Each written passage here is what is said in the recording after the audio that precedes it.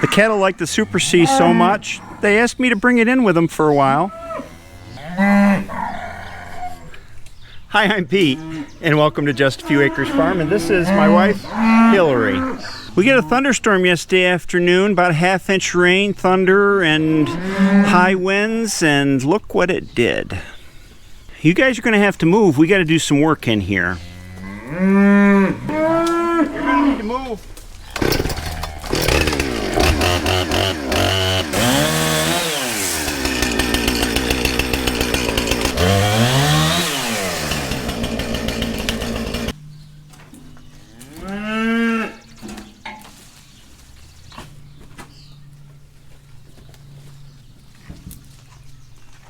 Little snack for you guys. They love to eat the leaves, even though it's just box elder. They strip the leaves off of most of the lower part just since it fell last night.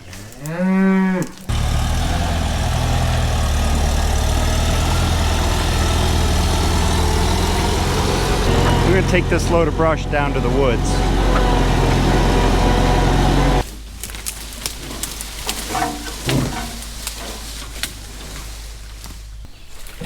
It's like a cathedral in here. Yeah, beautiful.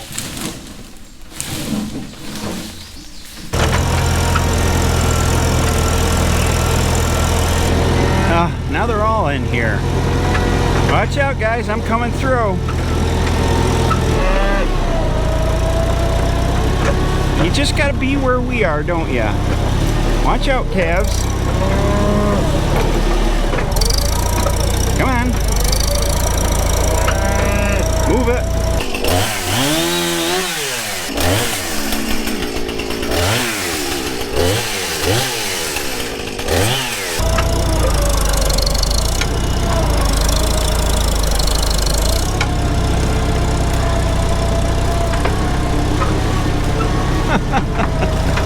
Oh, they love those leaves. It's something different. Yeah, come on. Let's go.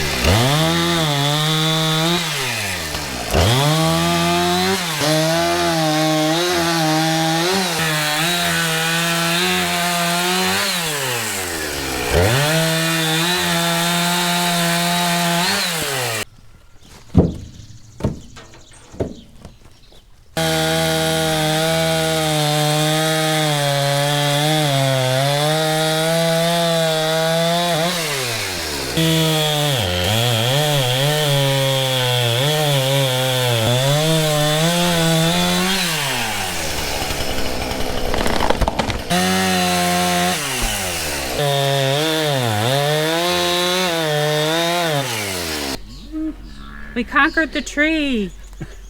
There was more wood in there than I thought there'd be. A full load, even though it's box elder. Probably heat our house for most of a month, won't it? I think, yeah. Yeah, so not all is lost. The cattle did lose some shade, but not much. It's still nice and shady in here. Patty, hopefully the rest of this tree will stand. Just split at the crotch there. And then I got a dead ash tree, emerald ash borer here to take down this winter. And a walnut tree too. Hey ladies. It's Memorial Day weekend, you know. See? I gotta cook something on the grill for that, right?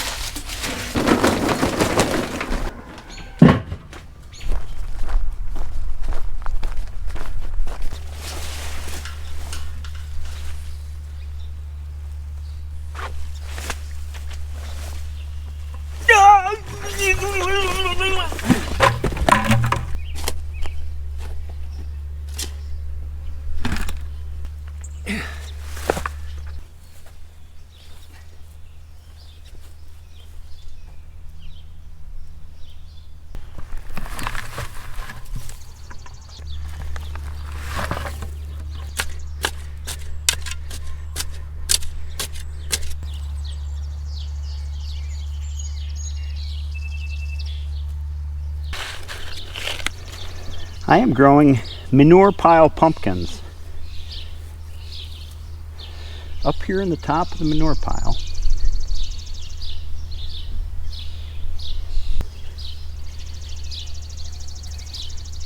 There's the mound right there in the top of the pile. We've grown pumpkins and squash, and even volunteer tomatoes have sprouted in our compost piles in the past. It's a nice place to put them because grass ain't going to grow on this. If I put them in the garden, the vines wind up making them, they're tough to weed around and mow around, and so here they can just go to town and cover everything. Being up high like this, hopefully they'll be less susceptible to woodchuck damage. They like that rich soil. After the roots develop out of the dirt here that I put in, they'll go right down in the compost and get lots of good stuff. Grow big pumpkins that way. In general, the garden is growing great. Hillary's been harvesting about a gallon bag every other day of greens out of this raised bed, and we've been eating salads with dinner every night. The second raised bed of succession planted greens and radishes is coming along. They'll be ready to pick pretty soon too. A couple days ago, Hillary and I finished putting paper down and mulch on this half of this bed, so it's time to kind of finish planting. It's supposed to rain the next couple days. First thing is sweet corn.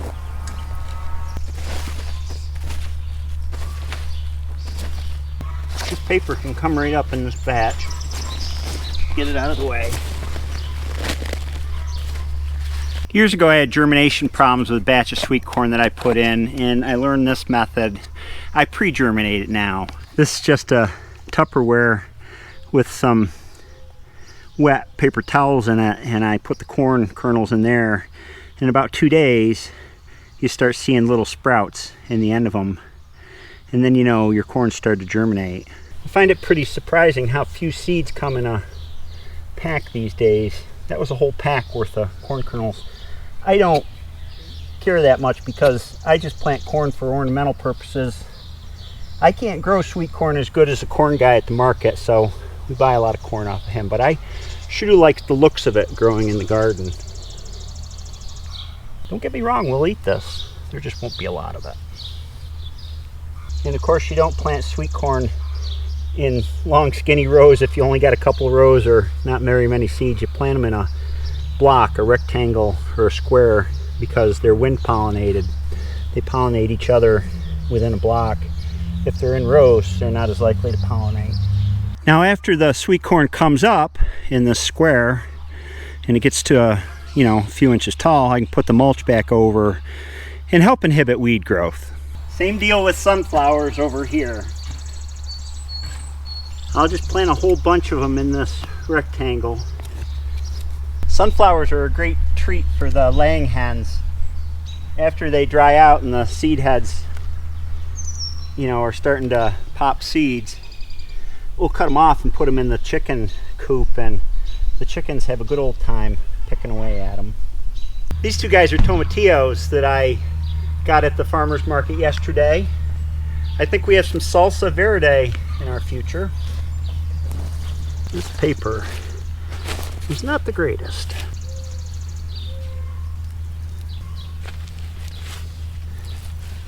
One year when I was still at my old job, I planted probably a dozen tomatillos, and we got buckets and buckets of tomatillos off of them. Too much for us to do anything with. I remember bringing bags and bags and bags of them into the office, putting them in the break room, and they would promptly disappear. They were popular. These are cayenne peppers, and remember I planted some sweet peppers here. The idea is to make pickled peppers because Peter Piper picked a peck of pickled peppers, and he actually picked the peck. That's how much he picked. My name is Peter, so I got to put in some pickled peppers. Actually, they're really easy to pickle. If you're in a hurry, you just have a jar of vinegar in the fridge and you just plunk the peppers in there, and that's all you need to do. They'll pickle.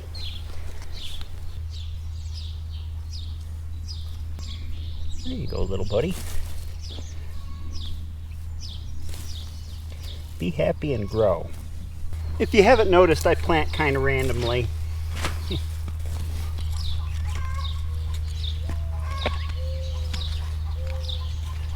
These 3 mounds that I made are summer squash. Just little mounds. I don't make big giant tall ones. I don't think it's really necessary. They grow just fine.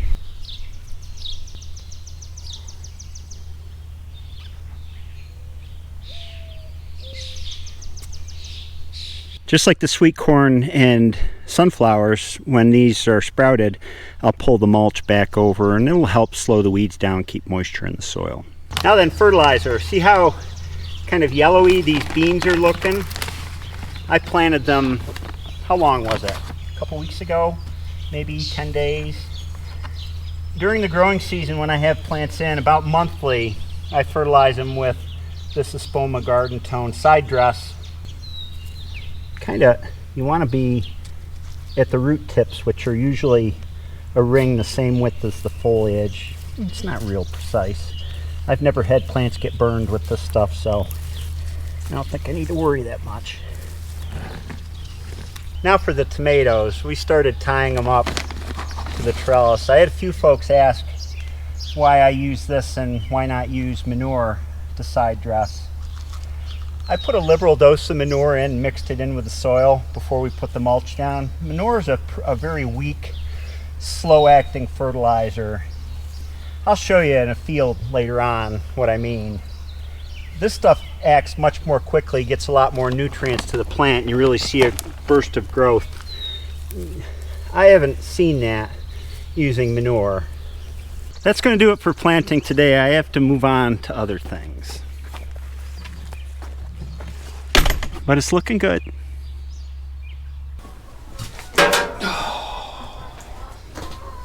I'm thinking I might have a joke. Uh-oh. I told this one to my son Henry, and he really had to struggle not to laugh. He tries his hardest. So this one I think might be actually a little bit funny. And that is, do you know whether trees poop? It's a good question, isn't it? Do trees poop? I don't know. Is that part of respiration?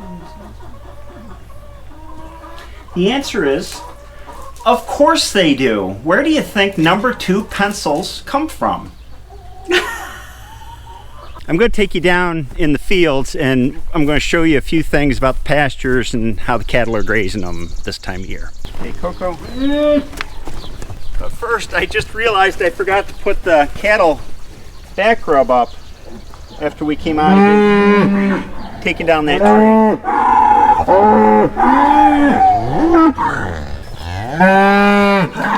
Working as designed. Needs new posts though. Everything's growing well this spring, but this historically has been my best field for about 5 years. Forage volume in pastures can be really deceiving this time of year because you have 2 stories in the pasture. Stories is in like floors in a building. You've got orchard grass, which is headed out. And if you look across the field, you'd say, oh, the field's a couple feet tall. But really the bulk of the forage is down here at the understory. And that's where you have clover, dandelion greens, alfalfa, the things that the cattle really love to eat, the more tender stuff. They don't like these seed heads very much. Now the reason that this is my best field is because I see, particularly after it's cut once, after it's clipped, after this stuff starts to turn brown and I come through and clip it with a sickle bar mower, this will spring back is just luscious, protein rich, legume rich forage. And the difference between it and most of my other fields is one year I had a surplus of manure and I wanted to get rid of it in a hurry. So I coated this, it's probably 3 acres, this square here, with manure really heavy. That was probably 6 or 7 years ago. It was before the upper barn, the newer barn was built. And ever since then, starting probably the 2nd or 3rd year after I did it, it's just been a beautiful, quickly recovering pasture, the best I have. Why are you guys yelling at me? I think you have plenty to eat. You're terrible. Now let's go over and look at the field that they're currently in. This we call the middle field. Hey, little ones. Well, I'll just follow you right into the field. I'm not chasing you. How much volume do you think there is in this field? The answer is there's quite a bit, but you'll see areas like this where they've grazed it down to just a couple inches, and it'll be right adjacent to areas of orchard grass that they pass over like this. But even so, there's still an understory that they haven't gotten into all the way across the field yet. 2 years ago in a video, I identified this as one of my problem fields. Chicken pasture was the other one because the chickens tear it up.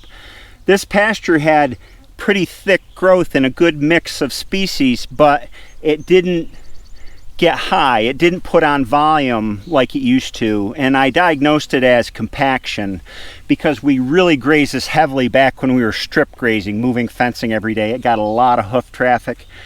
I have read several studies that looked at aeration and whether it affected compaction as far as running aerators over. Really good studies, and showed almost no effect of aerating fields except in really heavily traveled headlands on crop fields. The cure that I used for this pasture was, I haven't made hay off of this in probably 3 years to keep tractor traffic off it, compaction that way. I've let it rest and recover significantly between grazings, but the really key thing that I did last year is I coated this super heavy with compost, just like I did in that field that I showed you. And here's the thing about putting down compost, you don't see an immediate result. I didn't see much of a result last year, but this year it's great. I haven't seen this field like this in probably 4 years because of how heavily we grazed it years ago. Oh, you guys have chosen to join me. They will eat some of the seed heads when they're just browsing around. Patty's eating some right now. I'll give you a little fiber, Patty. Here's how I think you take care of compaction and how compost affects it. When you put a heavy layer of compost and top dress a field like this, it brings worms and insects, all those decomposers, up to bring that material into the soil. So you get a lot of traffic through the top layer of the soil, and that aerates the soil, that loosens up the soil. That combined with letting it rest for a long time, when you let it rest for a longer time between grazings, you get more shading of the soil, and you get more moisture in the soil, and you get more life coming up further up into the soil than you will if you're, you've got like a lawn pasture that's this tall where the soil's really cooking on top. That comes to the importance of thatch that I always talk about starting about this time of year as well, and why I go through and I'll start clipping these fields in succession pretty soon here as this stuff starts to brown out, so I can put a layer of thatch down on the soil, insulate the soil during the hotter, drier months, and feed the soil and bring decomposers up as that thatch gets worked into the top layers of the soil. Tulip's a good mom. She always keeps one eye on her calf. Coco, however, is always losing hers. She's going off to look for it.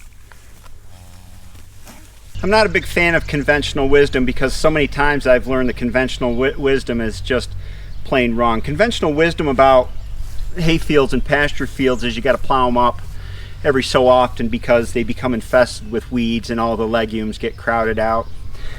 That's not true. These pastures have been planted now for 11 years. The secret to keeping pastures energetic and vital is the regimen you use to take care of them. Clipping and haying pastures, to me, is a vital part of keeping everything kind of in balance. It keeps the weeds at check. It keeps the legumes from getting crowded out by the taller grasses. I've just seen better and better pastures every year for the most part. And when we have a problem pasture, there's always a remedy for it that is not plowing it up and starting all over again. So it's served us well so far. It's always a learning experience, and I really enjoy that. It's time to make dinner.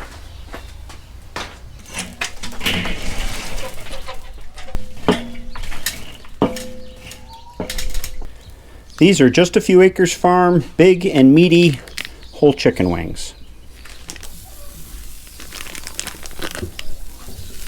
A few pieces.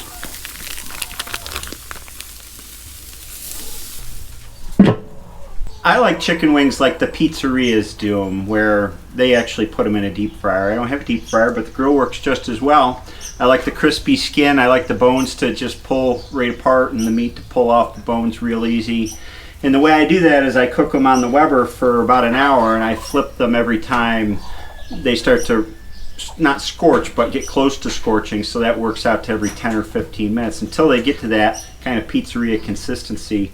You can do that in the oven too, and I have done it in the oven in the wintertime. Pretty much the same deal, and if you have problems getting them crispy at the end, just turn on the top broiler in the oven and that'll crisp up the skin too. 15 minutes.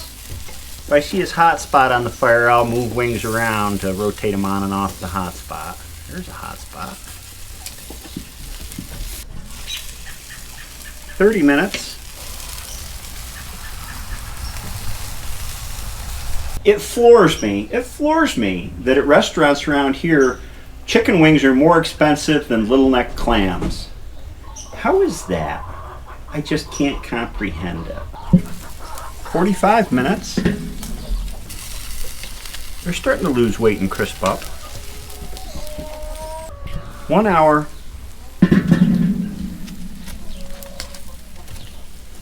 Yep.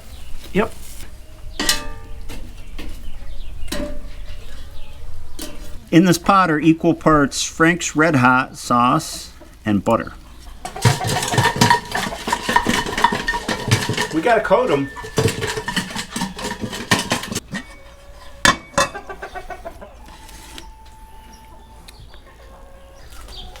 They fall right apart.